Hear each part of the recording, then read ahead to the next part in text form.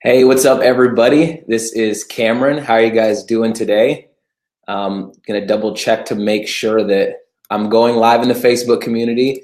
There's too many times that we have went live on our personal pages. So looks like everything's good here. So we're gonna go ahead and get started. Hope you guys are having an amazing Thursday. This is FAQ&A with Cameron. We do this every single week, and the purpose of FAQ&A, if this is your first one, is the calls that I take for the one-on-one consultations. A lot of times the questions are repeated, and a lot of people have the same questions. So the purpose of the FAQ&A is really just to get the information out there. So hopefully, if you do have questions, you are planning on booking a call, you can just watch these every single week. Hopefully one of the questions that you have get answered. So we're going to go ahead and get started here. The first thing that I want to cover this morning is the recurring invoices and workflows. And we've had that question a lot of, let's see if this will pop up. There we go. Recurring invoices and workflows and how those two mold together. So at the moment right now, recurring invoices are by themselves. So they're not necessarily tied into the workflow at the moment. That's something that's going to be added in the future, where you can start a recurring invoice, not only from a workflow perspective, but also a proposal perspective. Because right now the proposal just generates just a singular invoice when you pick packages. So at the moment they're on separate tracks and they run independently of each other. But I will show you a few things here on how you can sort of tie them in together. And we kind of covered it a little bit last FAQ&A with the monthly packages and how that kind of ties in with the proposal and how you can start a recurring invoice kind of that way. So I'm going to show you that here. So let me go ahead and share my screen with you guys so you guys can follow along. Let's see. I think this will work. There we go. So let me jump into the proposal here. So with the proposal, I'm going to open this up and kind of go over how I did this. So this is if someone is needing to do sort of a full package amount and then also needing to do like start a monthly, and it would end up being a recurring invoice in the end. So with this and how I did this here, I did the full package over here and then your monthly over here. So the way that the recurring invoices can kind of come into play is from the original proposal, you'll end up just having the package here be for the first month. This is assuming that your deposit is going to be 1 month down. So if it's not, then it might be a little more tricky. You might have to change the package price and things like that. But this is just assuming that your first month is going to be required down from the proposal. So in this case, 100 is due. So on the proposal portion of it, you're going to make this package worth $100, and then the full amount is going to be due once they get to the invoice. So 100% would be due, or that $100 would be due in the payment schedule. So essentially what they're going to be doing from the proposal standpoint here is they're going to be paying for their first month down. And then from there, once they've paid that, that full amount, then you can have the recurring invoices start. So I'll show you that from a workflow perspective. So let me jump into the workflow and I'll actually build it out for you guys so you guys can see it. So we're just going to call this monthly workflow. I don't have super creative names, but so what you'll end up doing is you can create a to-do for yourself, because right now, like I said, the recurring invoices don't automatically start from workflows, so they'll have to be started manually. So you'll create a to-do for yourself to remind you to start the recurring invoices. So we'll create a to-do, and in here for the win, what we're going to do is we're going to wait for that first invoice to be paid in full, because it's technically that first month. So we'll go here and we'll say immediately after the 0 days after invoice is paid in full. And then we can say start recurring invoice. And a little tip for the workflows, I always mention this on my calls, but it's kind of just personal preference, something that I like to do. I like to use smart fields for the to-dos, because you can actually put in the client's name or job information, and that will go onto your dashboard. So kind of a cool little fun fact you can do when you're making to-dos for yourself. So on the actual dashboard, you can see who it's related to if you need to put more information in there that pertains to the client. So start recurring invoice for client name, and we'll apply that. So basically what would end up happening if this workflow is active, and this can be anywhere in the workflow, is that it's going to create a to-do for you to remind you that once they pay that first month or invoice is paid in full, that you need to start the recurring invoice. So that's kind of how you can tie recurring invoices into payment schedules. Like I said, it's not automated quite at the moment. That's going to be something that gets added in. But it's definitely something you can do to kind of bridge the gap until we can release that feature. And then I'll also talk about the payment schedule portion, because you can put a payment schedule on the workflow, and you can also do it with the recurring invoices. So where do you apply what? Based off of how I had everything set up with this package where they're paying for that first month, in the workflow portion of it, I would have it be 100% down here. So whenever they're going through their proposal process and they get to that invoice portion at the end, 100% is going to be required immediately. And that's going to be paying for their first month. On the recurring invoices end, so then I'll go here to the jobs here and go into just a recurring invoice. On the recurring invoice end, you're technically going to have a separate payment schedule, or you could use the same one if you wanted to. The payment schedule here is going to then be for months 2 through however long you're going to be with them. Because remember, you're starting the recurring invoice from months 2 through however long, because they already paid for their first month on the proposal portion. So when you're starting the recurring invoice for months 2 through however long, you could have a different payment schedule on there that would be the 100%, because every single month they're going to be paying that full amount of whatever it is that you're charging them each month. So if I went in here, and actually let me just add in a package so you guys can see it. So let's just say that every single month you're going to be billing them for $5,000. That's a great month for one client. So every single month you're going to be billing them for $5,000, and this is after they paid maybe that first $5,000 in the proposal. So awesome. Okay, I'm going to try and read your comments too as we go along. Awesome. Yeah, absolutely. So in here, the $5,000, they're going to be paying that for months 2 through however long, and you're going to be billing them for that. Now in the payment schedule area, obviously the percentage that you're going to be charging them every month is going to be the full 100%, because, oh, I didn't put a date in there. Sorry about that. You're going to be charging them that full 100% every single month. That's how the recurring invoices work. So you'll want to put that there. Now, where due dates and payment reminders and all of that comes into play is going to be here in the recurring invoice section. Since we already did that first month up front, you don't necessarily need payment reminders for that first section since it's due right away. But for months 2 through however long, this is where you're going to want the reminder saying, hey, your payment's coming up or your payment's overdue. So the payment reminders will be more set up in the recurring invoices area. And we kind of covered this last week, or maybe it was the first week, about how to tie in payment schedules and recurring invoices. So with recurring invoices and payment schedules, the right combination that you'll need for it to recur every single month as far as when that due date is and the reminders is going to be after applied to invoice. Because with before job and after job, those are fixed dates. So it can't recur every single month unless you are always changing the job date, which can get super tedious. So we want this as automated as possible. So after applied to invoice is going to be the one that you'll use to have that due date recur every time. And so we'll just say, in this case, we'll do 5 days after applied to invoice, and I'll kind of show you how that ties in. So if this is when the payment is due is 5 days after the invoice has been created, it's going to tie into when the invoice is actually being created, which is here on the starts date. So according to how I have it set up, every single month on the 21st, my client is going to get billed. I have this set up to send out every single month on the 21st.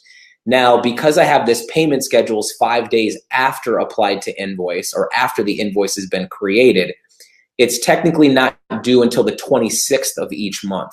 So this due date is going to be when the payments actually due every month, and this is when it's going to send out every month. So the 21st, and then we have the 26th right now is when it's actually going to be due. And you can kind of fluctuate how you want those due dates to work off of.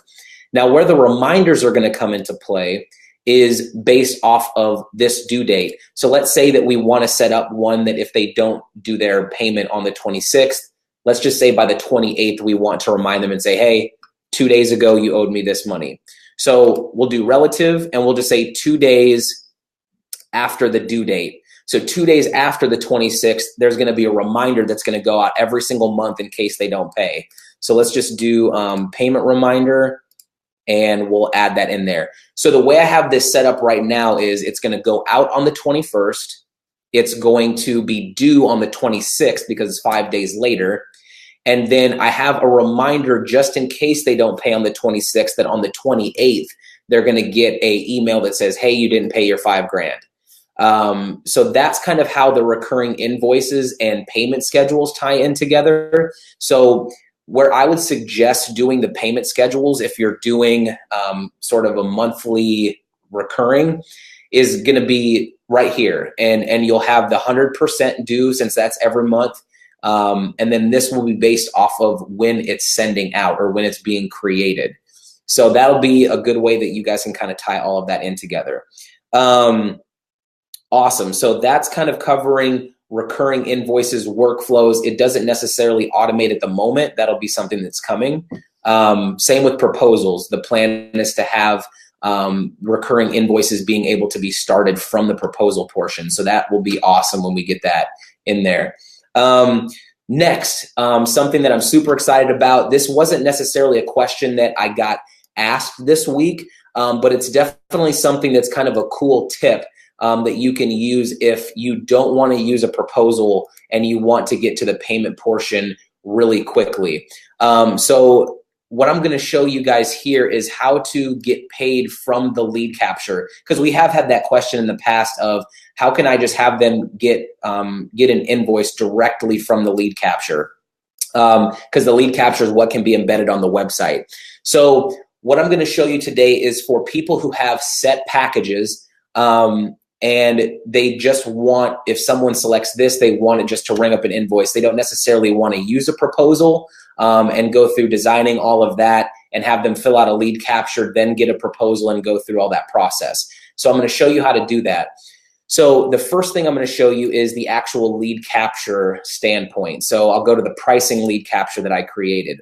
So on here, I have underneath here, as you can see, option 1 and option 2. So up here, they'll put in their information and they'll do sort of the typical things that you can do from a lead capture.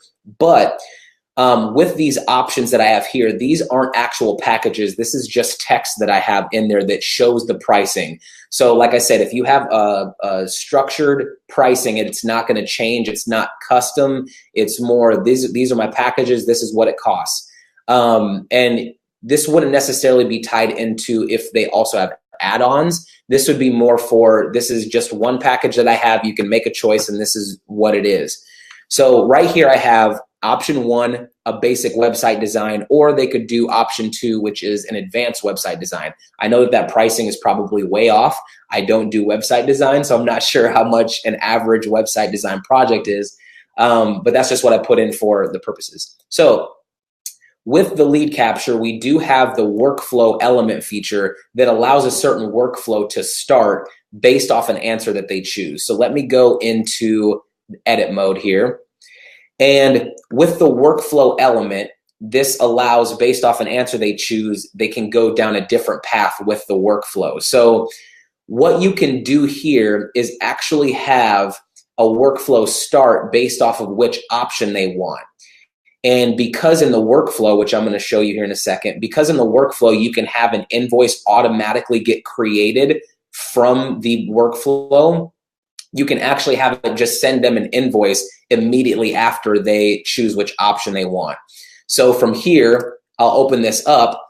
And as you can see here, if they choose option 1, I have a package number 1 workflow that's going to send out. And I'll show you those package workflows so you can understand how it's built.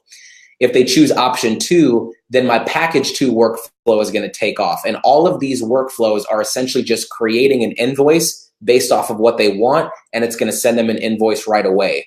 So this is if you're not wanting to use a proposal, if you just have a basic set of pricing, do you want this option, and you could have, 3, 4, 5 options. You would just have those many different workflows. So let me show you how that's built. So I'm going to go over to my workflow area here, and I'm going to show you how to make that happen. So let me go into package 1 workflow first. So what you're going to be doing when you're building these workflows out, so it creates an invoice just directly from when they select that in the lead capture. I want option 1, it's going to ring up an invoice and go right to them. So if I click edit, the option that we're going to use is create invoice, because Dubsado can create an invoice for you in the workflow. So with this, you're actually going to get an invoice here, and you can put in the packages that you wanted to create, the payment schedules you wanted to follow. You can basically create an invoice and have Dubsado do that for you in the workflow process. So when it comes to this lead capture, we want the workflow to just make an invoice right away so we can send it directly to them because they want option 1. Let's get option 1 in there, send it directly to them. No need to go through the proposal process. So from here, this is going to create an invoice for $300 just right off the bat. From there, if you wanted to send an email with it, which in this case we do, but you also don't have to. You could have the workflow just make an invoice and it'll just sit in that job if you wanted to. But in this case, since we want them to pay directly from the lead capture, we want an email to go out right away. So send an email with an invoice, and that's going to be how you get that created and how you get that package generated. So whatever you want them to buy right from the lead capture, that's going to be your package. And so we'll save that. So then what ends up happening, and we'll relay this back to the lead capture, because I have that set up in the workflow area here, they can see, okay, option 1 is 300. I definitely want to go with that one. So when they ask, or when the lead capture asks, what option are you interested in? They'll select option 1. It will just send out option 1. So that's kind of how you can have people just pay directly from a lead capture. This helps if you have like a consultation that you need booked, which actually, now that we're on this, I can mention this. With the scheduling feature that we're going to be releasing, you will have the ability to have a client need to put down a deposit in order to book you. So that's also something that's going to be coming out, which is going to be amazing for some of you guys who require money down before a consultation can actually get booked. So that will be a feature. But from the lead capture, if anyone needs money down before they actually will meet up with somebody or before they can start services or anything like that, this is a great option. So directly from the lead capture, you could have something that says, this amount of money is due right away. And if you are interested, they can select that workflow. It'll send them an invoice right away, and then you'll have that paid. And then from the workflow perspective of it, you could actually have the rest of your actions follow after the invoice is paid in full. So once they pay that deposit amount, which is technically the whole invoice because it's a package, you could have the rest of it just start barreling along after that.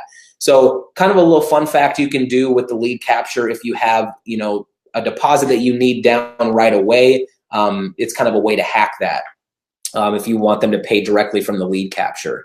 Okay, so the other thing that I wanted to go over today is the proposal settings tab. So a lot of people want to use proposals and they have heard about proposal, contract, invoice, and linking all that together. How do you do that? So let me go to one of the proposals that I have here, and I'll show you exactly how to do that. And there's some other options that go along with the proposal. So I wanted to make sure I cover all of the different proposal settings that you can have. So here's a proposal. For those of you who don't know, the proposal, the purpose of it is to be able to send this to a client. They make selections on the services that you offer, and then from there, an invoice gets generated. So from here, I will go ahead and open up the settings menu, and I think I might have to hide my screen so you guys can see, or my end, so you guys can see all of the settings menu. So I'm going to go ahead and solo this out so you guys can still see this. So let's go over the proposal settings tab. So if I click edit, and the elements tab is where you can build everything. So this will be, you know, where you can add in your different elements and all of that. But the settings tab offers a huge variety of things that can really help streamline things, so you're not having to add different things in, send multiple things through the workflow, multiple emails. The settings tab, I'll kind of run through them from top to bottom. So the first thing is going to be an expiration date. So with our proposals, you can put an expiration date that if they don't fill it out by a certain time, then it will be expired and you can't use it. No worries. Hey, that's totally fine. It's going to be here on live, so you can go back and watch it once we're done. So totally cool. So on here, the proposal expiration date, little tip, a little advice. I usually never, unless it's a special like Black Friday sale or something like that, you can use the proposal expiration date. But if it's on a client-to-client basis, I usually don't put any expiration date in on the master template, because then anytime you send out that proposal, you'll have to make sure that that expiration date is right on the actual template side of it, the master template. So if you're using the proposal expiration date, you should add it in before you send it out to the client. So when you add the proposal to a client, you do have that moment where you can edit it before you actually send it out. In that edit mode underneath that specific job, that's usually when you should add in the proposal expiration date, because that way you won't mess with your master template. You don't have to make sure that this is the right date. You can just do it based off of a client. We are going to be adding in a proposal expiration date that is more relative, so you don't have to choose an actual date. You could say 2 weeks after this gets sent out, it's going to expire, and that could be just kind of the standard for everybody. So that's definitely going to be something that gets added in the future. We've had that request from a lot of users, so definitely something that we're going to be doing. The other thing as well is, so that's the expiration date on the proposal. And I believe that we're also going to be doing that for a contract as well. So the contract will have an expiration date, I believe. I'm not personally on the development team. If I was, Dubzato would look all sorts of jacked up. And it would not be fun. So I'm good at instructing, but not designing and programming. So the contract portion. So if you want a contract to run alongside of a proposal, so most people, when they're sending out a proposal, they want whatever's selected here to then be able to be signed off on. So with the contract, the show contract, that's going to have a contract run alongside the proposal. And I'll show you kind of what it looks like here in a second. So you can have a contract and you can choose from the contract templates that you already have built. So choose your contract that you want to run alongside the proposal. Once they make their selections, they'll be taken to the contract portion where they can sign off. The other thing as well is the show invoice option. So whenever a proposal is filled out and they're making their selections on the proposal, an invoice is automatically going to be generated, but only on your end. So if you want the client to also be able to see the invoice and see what they've selected, then you'll want show invoice to be selected. So after they sign, they'll get taken to the invoice portion where they can put down a deposit or they can pay the full amount, anything like that. So remember that a proposal will always generate an invoice, but not necessarily for the client to see at that point. If you want them to see it, make sure show invoice is there and then they can make a payment. Allow client to choose multiple packages. This one is one that can get missed a lot. If you have this unchecked, then what ends up happening is on here, they'll only be able to pick one package. So if you have add-ons, they won't be able to select those.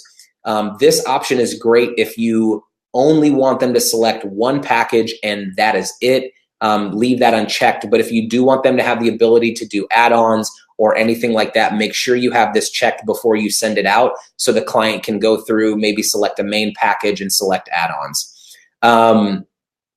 Will this invoice have a payment schedule? So if you want them to be able to have a guide on when to pay at the end of the invoice. So let's say that you require 50% down and then 50% later, maybe 50% before the job starts, a week before the job starts.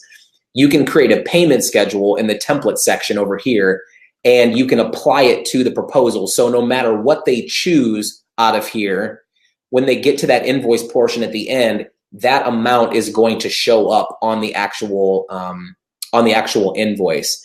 And I can show you how that looks when I go into the job and show you what a payment schedule looks like. So you can put a payment schedule on a proposal. So no matter what they choose here at the end, let's just say $1,000 is due up front, that would show at the invoice portion and they can pay there. Awesome. So convert to job. So we had a lot of questions this last week about what's the difference between leads and jobs.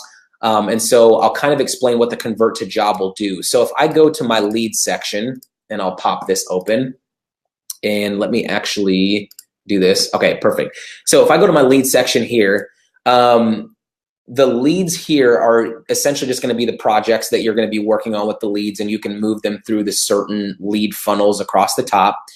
But if they're ever going to be converted into a job, which means that they are maybe signing a contract, paying an invoice, filling out the proposal, then you can move them into the job section. So let's just take Sandy here, and she's a lead and she wants to work with me.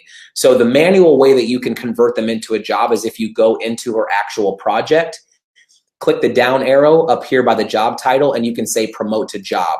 And that's automatically going to move Sandy now into the job section. So here she is in the jobs. Nothing's changed with what you've sent her. She still has all the forms, emails, all of that. The project has basically just been moved into the job section, which normally means, yes, she's booked and she's going to be working with me. So what the proposal can do, and I'll go back in there, what the proposal can do is you can move them from the leads to the job section automatically based off of a certain action that they do. So let's say that you're sending out a contract and an invoice together with the proposal based off of certain actions that they do. So whether it's them just submitting the proposal and that moves them into the job section automatically, whether it's the contract being signed. So if you have a contract that's running alongside the proposal and you want them signing the contract to move them into that job section, you can use that. Or invoice paid if they make any payment at all on the invoice. So right here where you have show invoice, and they're going to be able to see that invoice at the end, you can have it set up where it will automatically move them into the job section based off an invoice being paid. So that's really great. And let me see if, I don't know if you guys can see me at all or not. I'm going to move that out of the way. So quote submitted, if the proposal gets submitted, they'll move. Contract signed, they'll move. Or if they make any payment at all on the invoice, that moves them. So it could be a deposit, invoice paid in full. That will always move them in there. Question styling, this is kind of the same on all of the forms, so it's not really exclusive to the proposal. That's if you just want to change, the styling of the questions and what it looks like. And same with the completion alert once they get done. That's kind of universal with the forms. So when it comes to the proposal, these are the settings that are exclusive to that, and it can really help streamline a lot of your process. So you don't have to necessarily manually move them into the job section. You can have them follow a certain payment schedule. Once they get to the invoice, they can have the contract sign, all of that. So let me tie all this in, and I'm going to go to one of my jobs here. And so you can see kind of what it looks like from a client perspective. So when I go here to the forms, I have my proposal that I have the contract going out with it. Now, when you add the proposal, the way you can tell if the contract is going to be going out with it is if it automatically adds over here in the contract section. If you have, let me pull this back out. There we go. So if you have the proposal, contract linked together, then it's automatically going to add on the left-hand side here in the contract. So you'll be able to tell that way. So if I click view and open this up, and I'm just going to open up the contract. What it looks like to the client whenever you're doing a proposal contract invoice, across the top here, you can see there's 3 tabs now. The proposal, so they'll go through, fill all of this out. Once they submit that, that's what automatically triggers the invoice getting created. So if someone comes in here and a client is, just looking at the proposal, selecting different things, but not submitting the proposal, you won't get an invoice. It's only going to create an invoice if the proposal actually gets submitted. So just be aware of that, especially if you're testing this out. Because if you're doing it as the business owner, you won't be able to generate an invoice from this because you're not actually submitting the proposal, or you're not submitting the proposal. So they'll be able to make their selections. So let's say we want sample package 1 and add-on 1. Once you submit that, it's automatically going to take them directly to the next page or the next tab, which is the contract portion. From here, they can go through, this is the amount that's due. I have a payment schedule that's already in there. So you can see that. This is what the amount is going to be due. And this is based off of whatever it is that they selected. They can sign everything like that, and then they can submit it. So once they've signed on the contract, then it will go directly over to the invoice tab. And this is an invoice that I was already playing with, so there's already stuff on there.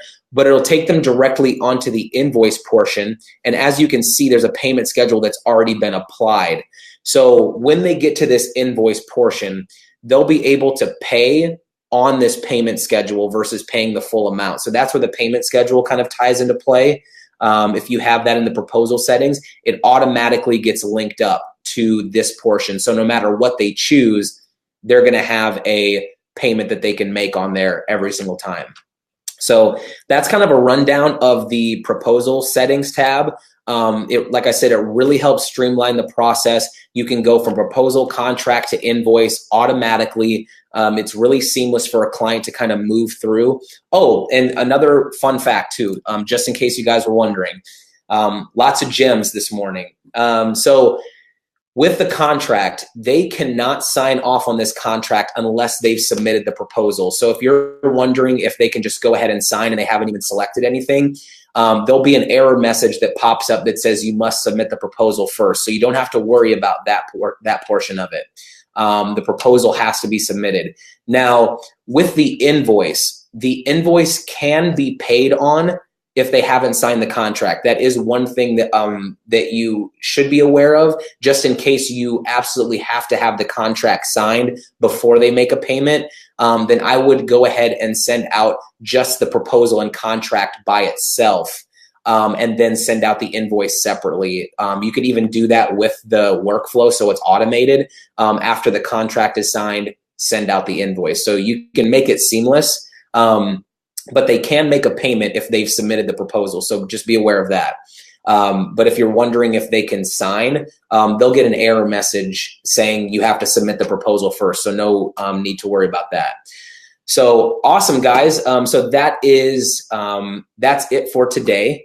And I hope you guys enjoyed this. Like I said, we do this every single week. Next week, it'll be at 9:45. We had some scheduling mix-ups. My Calendly didn't block off for this time. So I actually have one-on-one calls in a little bit. So I'm going to have to jump off of here. If you guys have any questions, I have a few minutes here that I can answer some questions. If you have any questions about the recurring invoices, about the paying directly from the lead capture or the proposal settings.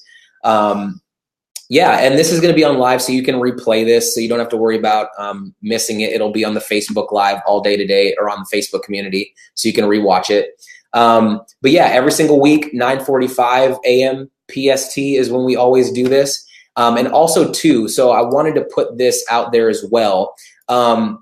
If you guys want to book a call with me, go ahead and go to dubsado.com/getting-started. So if you have specific workflow questions, if you need to brainstorm some things, if you have some technical things that you're trying to figure out how to do something, always book a call with me. I love chatting with you guys and helping you walk through your workflow if you need help with that, or understanding different things that you can do with the workflow. But other than that, I hope you guys have a wonderful Thursday, and it's almost the weekend, so stay strong. Awesome, guys. And then if you do have any other things that you want to see in future FAQ&As, you can comment in the live section here, and I will see those, and then I can write down questions to go over for future FAQ&As. Or you can just post on the community if you want to tag me in anything and let me know what you want to see. Have me go ahead and write a post in the community, and I'll definitely cover any questions that you guys have. So I hope you guys have an awesome Thursday, and we will see you next week.